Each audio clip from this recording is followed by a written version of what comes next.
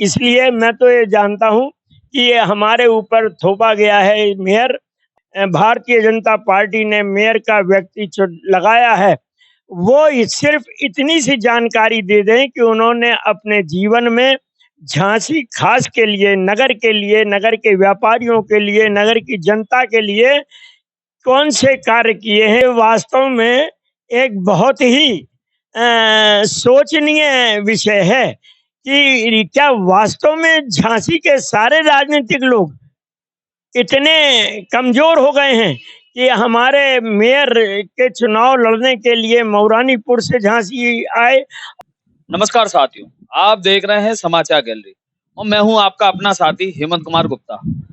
साथियों, मूल निवासी बाना प्रवासी, ये मुद्दा कहीं ना कहीं अभी भी भारतीय जनता पार्टी के उम्मीदवार बिहारी लाल आर्य के साथ जुड़ा हुआ है और इस विषय में हम अपनी राय व्यक्त करने के लिए, बेबाक राय व्यक्त करने के लिए हमारे साथ हैं झांसी में व्यापारिक संगठन जो है उनके भीष्म पितामह अशोक जैन जी। अशोक जी, आपका स्वागत है हमारे कार्यक्रम में। धन्यवाद भाई साहब। अशोक जी, बिहारी बहारी हैं, ये मुद्दा चल रहा है, मूल निवासी वानम प्रवासी, आप भी इसी को लेके कहीं ना कहीं आपके मन में भी शंका है कि बिहारी बहारी है। क्या बात आपके मन में आ रही है इस बात को लेकर? क्योंकि अभी जो पूर्व महापौर रहे हैं वो कहीं ना कहीं आप ही लोगों के कुनवे के रहे हैं, व्यापारिक संगठन के रहे हैं कहीं ना कहीं। आपने बहुत अच्छी बात की जो आज झांसी के व्यापारी और झांसी की जनता के दिल में है। वास्तव में हम ये तो नहीं कहेंगे कि बिहारी लाल आर्य बाहर के हैं, लेकिन क्या आप ये बता सकते हैं कि जिस व्यक्ति ने 3 महीने पहले झांसी नगर निगम के अंदर आकर अपना नाम लिस्ट में जुड़वाया हो, वो झांसी खास का कैसे हो सकता है? और झांसी का निकाय चुनाव है ये। इस निकाय चुनाव में झांसी का भविष्य मेयर के हाथ में होता है। मेयर ही एक ऐसा पहला व्यक्ति कहलाता है जो झांसी के विकास के लिए अपना जी जान लगा सकता है। आज तक जो हमारे ऊपर भारतीय जनता पार्टी ने मेयर का व्यक्ति लगाया है, वो सिर्फ इतनी सी जानकारी दे दें कि उन्होंने अपने जीवन में झांसी खास के लिए, नगर के व्यापारियों के लिए, नगर की जनता के लिए कौन से कार्य किए हैं, कौन से आयोजन किए हैं, कौन सा आगे बढ़कर लोगों के सुख और दुख में आगे रहे हैं। मैं ये मानता हूँ कि श्री बिहारी लाल जी आर्य जो हैं वो स्वयं में अच्छे व्यक्ति हो सकते हैं, क्योंकि वो कई बार विधायक भी रहे हैं और उनका परिवार भी राजनीतिक है। लेकिन क्या वास्तव में भारतीय जनता पार्टी के झांसी के विधायक, सांसद और भी हमारे 3 या 4 विधायक हैं, इनमें से किसी को भी ये जानकारी नहीं है कि झांसी में ऐसा कोई व्यक्ति है जो मेयर का चुनाव लड़ सके? तो हम सबको इस बात का तो काफी कष्ट है, लेकिन हम बंधे हुए हैं क्योंकि भारतीय जनता पार्टी व्यापारियों की सरकार है, व्यापारियों की पार्टी है।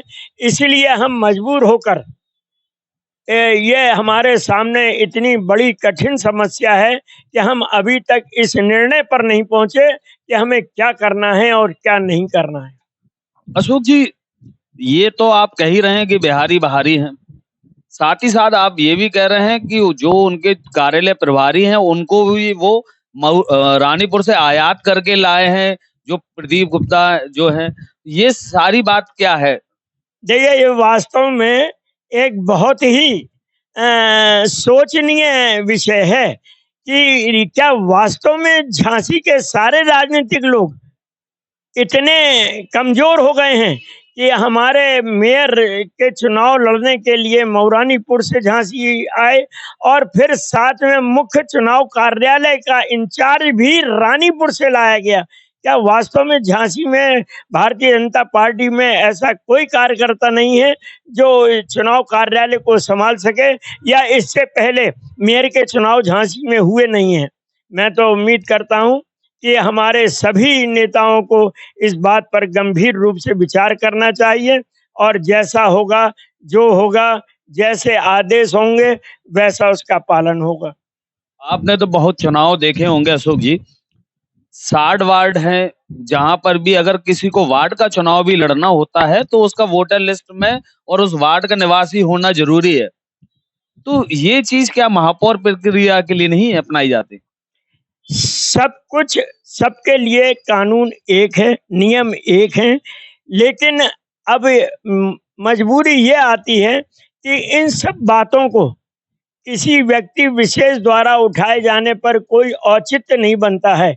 ये सारी बातें हमारा मीडिया उठा सकता है, मीडिया जानकारी ला सकता है और हम लोगों के मध्य ये बताया जा सकता है कि हाँ, इसमें कहाँ-कहाँ, क्या-क्या गलती हुई हैं।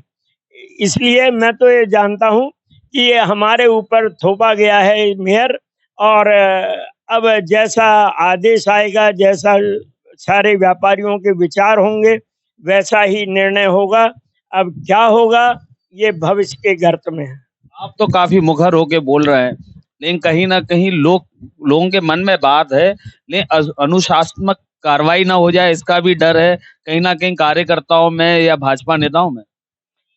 हाँ, ये भी संभावनाएं होती हैं।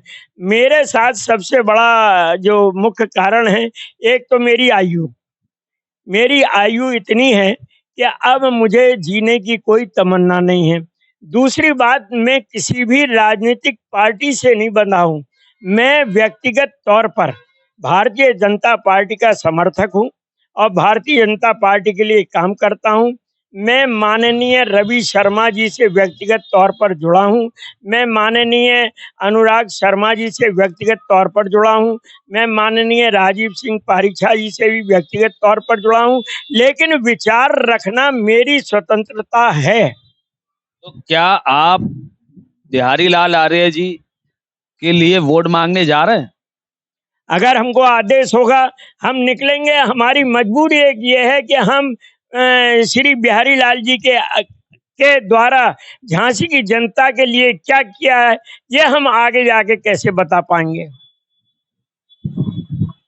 आपको क्या लगता है ये झांसी के लिए राजनीति को कहाँ लेके जा रही है? 2024 का भी चुनाव है लोकसभा का, तो आपको क्या लगता है इस तरीके के जो चीज है घटनाक्रम 2024 में कहीं ना कहीं इफेक्ट डालेगी? देखिए, जब वो पार्टी से चुने जाएंगे तो फिर उनको मजबूर होकर पार्टी के हित में ही काम करना होगा। इसलिए 24 के चुनाव में, सांसद के चुनाव में किसी भी प्रकार का वर्तमान मेयर के चुनाव का असर बिल्कुल नहीं होगा। ये थे हमारे साथ झांसी के व्यापारिक कद्दावर नेता अशोक जैन जी, जो कि भीष्म पितामह भी हैं व्यापारिक संगठनों के, जिनका साफ कहना है एक लाइन में कि झांसी का मेयर थोपा जा रहा है भारतीय जनता पार्टी के द्वारा झांसी के लोगों को।